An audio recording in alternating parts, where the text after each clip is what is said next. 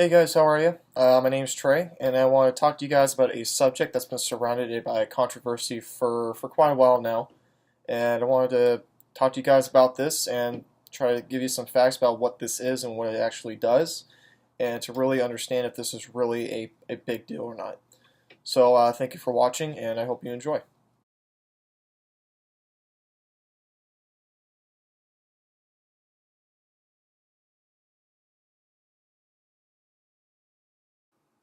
Now, butter is usually found in almost every person's household, or almost every family's household, and every chef's kitchen.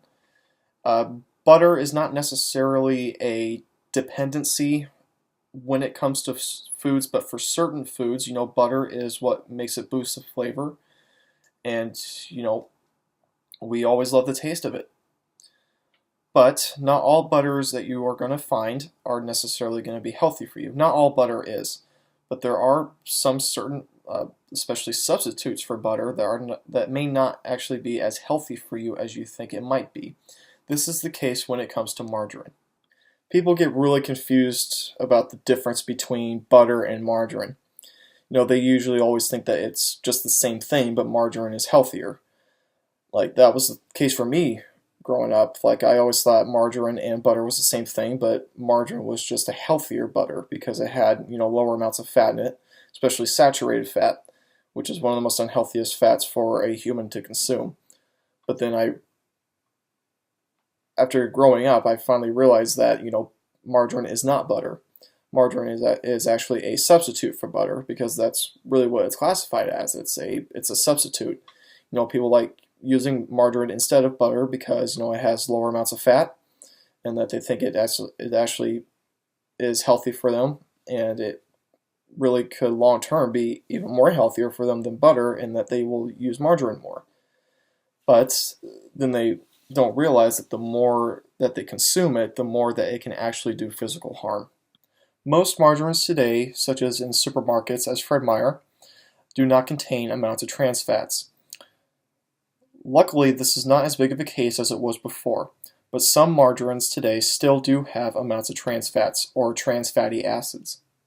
Trans fats or trans fatty acids is what doctors today consider to be the most unhealthiest fat for a person to eat.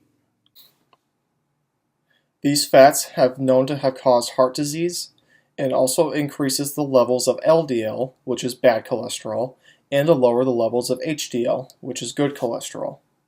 Studies have shown that these fats results in higher levels of low-grade inflammation in various tissues. These results have shown a greater impact on the conditions of arthritis and colitis. Besides trans fatty acids and unsaturated fats, there are other ingredients inside margarine that can cause negative health effects.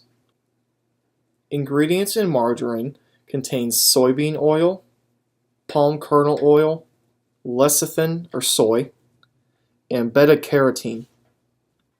Soybean oil, where it could be part of a healthy diet, can have negative health effects if eaten in excessive amounts. It's in almost everything we eat, but if eaten in excessive and high amounts, it can lead to weight gain, increase in body fat, and as well as diabetes. Palm kernel oil is made from palm fruit and the seeds inside of the fruit, where if eaten in regular and healthy amounts, it can have no negative health effects on the body, but if high amounts of consumption of these oils, that can cause weight gain, and as well as increase in cholesterol.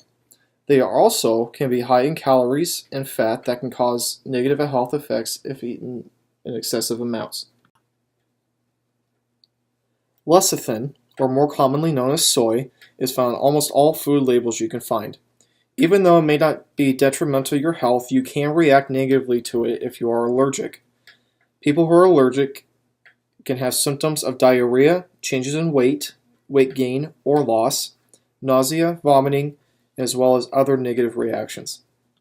Going back to the saturated fats of butter and margarine, they don't only cause negative physical health effects, unfortunately.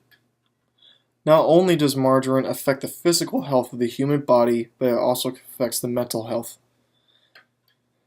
The mental aspect that saturated fats can affect is the dopamine reward system.